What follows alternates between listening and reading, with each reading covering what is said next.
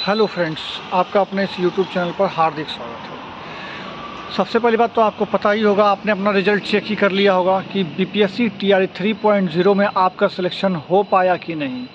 अगर आपका selection BPSC TRE 3.0 में हो गया है तो आपको बहुत बहुत बधाई। बट कुछ हमारे ऐसे भी साथी होंगे जिनका सिलेक्शन शायद इस टीआरई 3.0 में नहीं हो पाया होगा। तो आगे हम उनको लिए भी बताएंगे कि क्या आपको करना चाहिए, आगे का क्या स्टेप होना चाहिए, क्या आगे की वैकेंसी की नीति होने वाली है, क्या टीआरई 4 जो है आने वाला है या उसमें अभी और टाइम लगेगा, या फिर टीआरई 3 का रिज़ल्ट के बाद की प्रक्रिया क्या होगी। अब उनके लिए भी चर्चा का विषय बन चुका है, क्योंकि उसमें जो है रिज़ल्ट के साथ ज़िला आपको नहीं दिया गया है। तो इसके लिए भी बहुत सारे साथी हमारे परेशान थे कि आगे का अपडेट क्या होगा, प्रक्रिया क्या होगी, डीवी कैसे होगा, क्या डॉक्यूमेंट्स लगेंगे, कैसे क्या होता है और क्या क्या समस्याएं हो सकती हैं और कौन कौन से प्रॉब्लम्स पर बात करनी चाहिए। तो सारे डिस्कस हम इसमें करने वाले हैं और टीआरई 4 के लिए भी चर्चा करने वाले हैं। तो चलिए हम वीडियो की शुरुआत करते हैं यहाँ से। देखिए, सबसे पहली बात तो फ्रेंड्स ये है कि आपका टीआरई 3 में अगर सिलेक्शन हो गया है तो आपको अपना डीवी के लिए डॉक्यूमेंट्स रेडी कर लेना चाहिए और ये सही समय है डॉक्यूमेंट्स को रेडी करने का। अब आप कहेंगे कि क्या क्या डॉक्यूमेंट्स लगेंगे, तो सबसे पहली बात आपको अपना शैक्षणिक और प्रशैक्षणिक जो आपका प्रमाण पत्र है वो लगेगा। जैसे आपने हाई स्कूल का एग्ज़ाम दिया था तो उसका रिजल्ट होगा, उसका मार्कशीट भी होगा और उसका आपको सर्टिफिकेट भी होगा। मार्कशीट और सर्टिफिकेट दोनों लगता है। अगर आपका मार्कशीट सर्टिफिकेट एक ही है तो कोई दिक्कत नहीं, अगर मतलब दोनों एक ही में है तब भी कोई दिक्कत नहीं, तो एक ही लगेगा, लेकिन दोनों लगता है। तो हाई स्कूल का मार्कशीट सर्टिफिकेट दोनों, फिर उसके बाद इंटर का हाई स्कूल का और इंटर का मार्कशीट सर्टिफिकेट दोनों, फिर आपने ग्रेजुएशन किस सब्जेक्ट में किया है तो उसके हिसाब से आप देंगे आप अपना ग्रेजुएशन का मार्कशीट और सर्टिफिकेट दोनों। मार्कशीट आपका केवल थर्ड ईयर यानी फाइनल ईयर का लगेगा और सर्टिफिकेट भी आपका वही लगेगा। उसके बाद आपने बीएड किया है या डीएलएड किया है तो उसका भी आपको मार्कशीट और उसके साथ ही सर्टिफिकेट आपको दोनों देना होगा। बाय द वे मानते हैं कि आपने पिछले ही साल अभी डीएलएड या बीएड किया है, आपको भी सर्टिफिकेट नहीं मिला है, सिर्फ आपके पास मार्कशीट है, तो भी कोई प्रॉब्लम आपको नहीं होगी।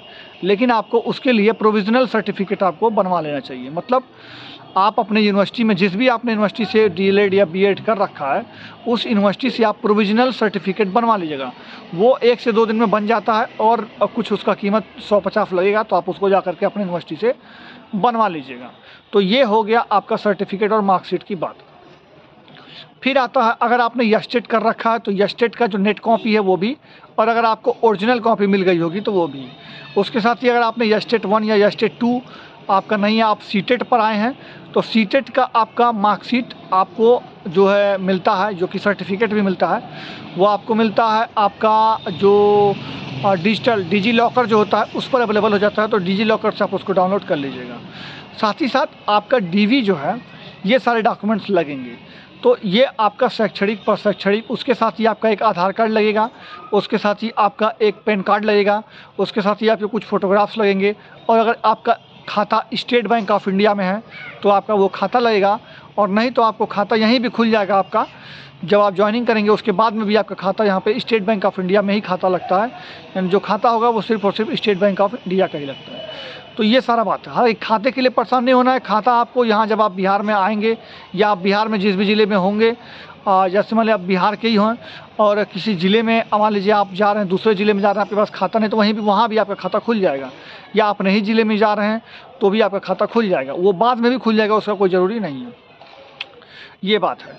दूसरा बात ये है फ्रेंड्स कि बहुत सारे क्वेश्चंस ये थे कि सर मेरे डॉक्यूमेंट्स में कुछ नाम गलती है, कुछ मैंने अपलोड में कुछ गलती है।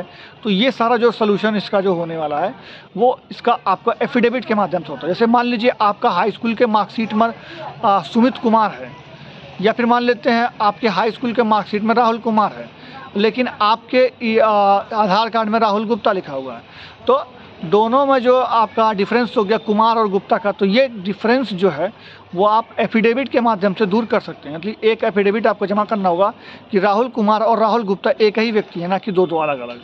तो ऐसे कुछ आपको एविडेंस भी देने पड़ेंगे, यानी कोई भी आपका गलती है, कोई भी कुछ भी डॉक्यूमेंट्स में कुछ गलती है तो आप उसका एफिडेविट अपने पास बनवा के रख लीजिएगा, और वो एफिडेविट डीवी के समय लगेगा। बाकी और कोई परेशानी नहीं होती है डीवी होने में। डीवी होने के बाद 14 दिन का आपका ट्रेनिंग होता है। अब आप पूछेंगे कि डीवी कब होगा, ट्रेनिंग कब होगा, ज्वाइनिंग कब होगी। तो मेरे फ्रेंड्स, टीआरई 3 के साथ आपको जिला दिया ही नहीं गया है। जिला न देने के पीछे का एकमात्र रीज़न और सबसे बड़ा रीज़न यही है कि अभी मैं बिहार में जितने भी शिक्षक, जैसे मैं हूँ और भी शिक्षक जो बिहार में कार्यरत हैं इस समय टीचर के पद पर, तो उनका ट्रांसफ़र और पोस्टिंग चल रहा है। मतलब उनका ऑप्शन लिया जा रहा है, उनको ट्रांसफ़र पोस्टिंग की जाएगा, उनका जिला स्थानांतरण किया जाएगा, तो पदस्थापन चलेगा। सक्षमता वाले का भी यही चल रहा है।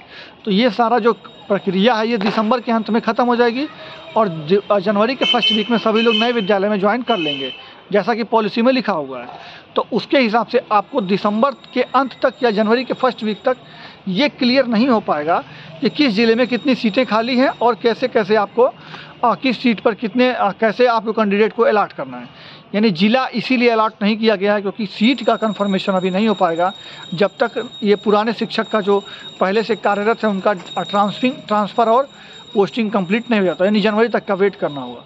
यानी अब तो ये बात मुझे जहाँ तक लगता है कि अगर आपका डीवी करा भी सकते हैं, बीच में हो सकता है दिसंबर वगैरह में आपका डीवी करा भी लें, लेकिन आपको पोस्टिंग जनवरी के बाद ही मिलने वाला है। मतलब जनवरी में ही मिलने वाला, उसके पहले पोस्टिंग नहीं होने वाला किसी भी कीमत पर। तो पोस्टिंग हो सकता है डीवी भी आपका जनवरी में ही हो, उसके पहले जनवरी से पहले डीवी भी मत हो, लेकिन हो सकता है डीवी आपका करा लें। कोई भी अगर ऐसा कंडीशन बनता है तो आप उसके लिए तैयार रहें, अपना डॉक्यूमेंट्स रेडी रखें। तो ये सारी चीज़ें थी फ्रेंड्स जो कि मैंने आपको पूरी तरह से बता दी हैं कि आपका डीवी जो है वो दिसंबर में भी हो सकता है, बट ज्वाइनिंग आपको जनवरी से पहले नहीं होगा। और हो सकता है कि डीवी भी आपका जनवरी में ही हो। और डॉक्यूमेंट क्या क्या लगेगा मैंने आपको बता ही दिया, और आपको गलती है तो आपको क्या करना होगा वो भी मैंने बता दिया। बाकी कोई परेशानी की बात नहीं है, डीवी बहुत आराम से हो जाता है और बहुत ही अच्छे तरीके से हो जाता है। कोई घबराने वाली बात नहीं, क्योंकि इसमें कोई बहुत बड़ी बात नहीं हो जाती। अगर आपका डॉक्यूमेंट सब कुछ सही है, आप जायज़ हैं, आप पेपर सही से दिए हैं, आप ही वो हैं, तो आपकी नौकरी भी आपको मिलेगी ही मिलेगी। ये बात तो है, कोई डीवी रोक नहीं सकता। तो ये चीज़ हो गया। बाकी आपके सारे डॉक्यूमेंट सही होने चाहिए, वो आप तैयार रखिए अपना। अब बात करते हैं जिनका सिलेक्शन किसी कारणवश नहीं हो पाया। जैसे मान लीजिए तैयारी 3 में पेपर दिए, बट वो किसी कारणवश पेपर उनका नहीं निकल पाया और वो सेलेक्ट नहीं हो पाए, तो उनके लिए फ्रेंड्स ये है कि अब तैयारी 4 जो है वो आपका आने वाला है। तैयारी 4 जो है वो आपका जल्द ही आपका जो है तैयारी 4 का नोटिफिकेशन आउट हो जाएगा। इसके लिए आपके मतलब स्क्रीन पर एक न्यूज़पेपर की कटिंग भी चल रही होगी कि जो है तैयारी 4 का नोटिफिकेशन वो आगामी विधानसभा चुनाव के पहले आएगा, जिसमें कुल 4-5 लाख वैकेंसी आएगी। उसमें से 1,30,000 से ऊपर पद शिक्षा विभाग में आएंगे जो कि आपके टीचर के ही होंगे। तो वो सारे पद जो है जल्द आपको देखने को मिलेंगे, लेकिन जनवरी से पहले नहीं देखने को मिलेंगे। तो जनवरी तक का आप इंतज़ार कीजिएगा। आप जनवरी तक में आपका सब कुछ क्लियर हो जाएगा और तैयारी 4 का जो है नोटिफिकेशन भी जारी हो जाएगा। बाकी जिन साथी का नहीं हो पाया उनके लिए बस इतना ही कहूँगा कि कड़ी मेहनत कीजिए, अच्छे से मेहनत पढ़िए और पढ़िए, दम लगा करके। तैयारी 4 में इतनी बड़ी वैकेंसी फिर से आ रही है, उसमें निकाल लीजिए किसी भी हाल में। वो नहीं चूकना चाहिए आपका तैयारी 4.0 किसी भी हाल में। तो उसके लिए आप तैयारी को बेस्ट तरीके से बनाए रखिए। बाकी आप हमारा PDF भी प्रोवाइड मतलब परचेस कर सकते हैं कि मैंने PDF दे रखा है आपको। तो जिनका साथी का, बहुत सारे साथी का हुआ भी है, उसमें से मेरे पास मैसेजेस कर रहे हैं वो लोग, उनको बहुत बधाई भी। तो बाकी आप PDF ले करके पढ़ भी सकते हैं। PDF लेने के लिए आपको जो है स्क्रीन पर नंबर रहा होगा, उस पर आप अपना जो है 99 रुपीज़ का एक छोटा सा पेमेंट करके स्क्रीनशॉट शेयर करेंगे। हालांकि आप व्हाट्सअप कीजिएगा, मैं आपको पूरा डिटेल वहाँ पर दे दूँगा कि कैसे आपको PDF परचेस करना है या फिर आप कैसे आप जो है PDF हमारा ले सकते हैं। तो ये सारी चीज़ें रहेंगी। तो फ्रेंड्स ये सारी जानकारी मैंने दे दिया। व्हाट्सअप नंबर आपको नीचे पे चल रहा होगा, यहाँ से आप PDF की जानकारी भी ले सकते हैं। साथ ही साथ अगर कोई अन्य जानकारी जो कि आपको DV से संबंधित या ज्वाइनिंग से संबंधित या ट्रेनिंग से संबंधित कोई भी जानकारी चाहिए होगा तो हम दे सकते हैं। उसके लिए आप बेशक हमारे साथ जुड़े रहिए। बाकी यूट्यूब के नीचे कमेंट भी कर सकते हैं, तो भी हम आपको जानकारी प्रोवाइड कर देंगे। तो चलिए यही सारी बातें थी। बाकी अब अंधेरा भी हो रहा है, वीडियो अब इससे आगे बन नहीं पाएगा, और कोई जानकारी होगा तो बताइएगा, मैं आपको अगले वीडियो में नेक्स्ट वीडियो में कवर कर दूंगा। कि यूट्यूब के नीचे कमेंट कर दीजिएगा, मैं आपको बता दूंगा। साथ ही व्हाट्सएप पे कमेंट कर दीजिएगा, मैं वहाँ भी आपको जवाब दे दूंगा। बाकी तैयारी 4 के PDF के लिए आप संपर्क कर सकते हैं। 99 रुपीज़ में आपको बेस्ट PDF मिल जाएंगे, आप उसको पढ़ के सिलेक्शन ले सकते हैं। और NCERT और SCERT कोई पढ़ना है, दूसरी कोई बुक्स नहीं पढ़ने की जरूरत है। चलिए मिलते हैं अगले वीडियो में, तब तक अपना ख्याल रखिएगा। जय हिंद, जय भारत, धन्यवाद।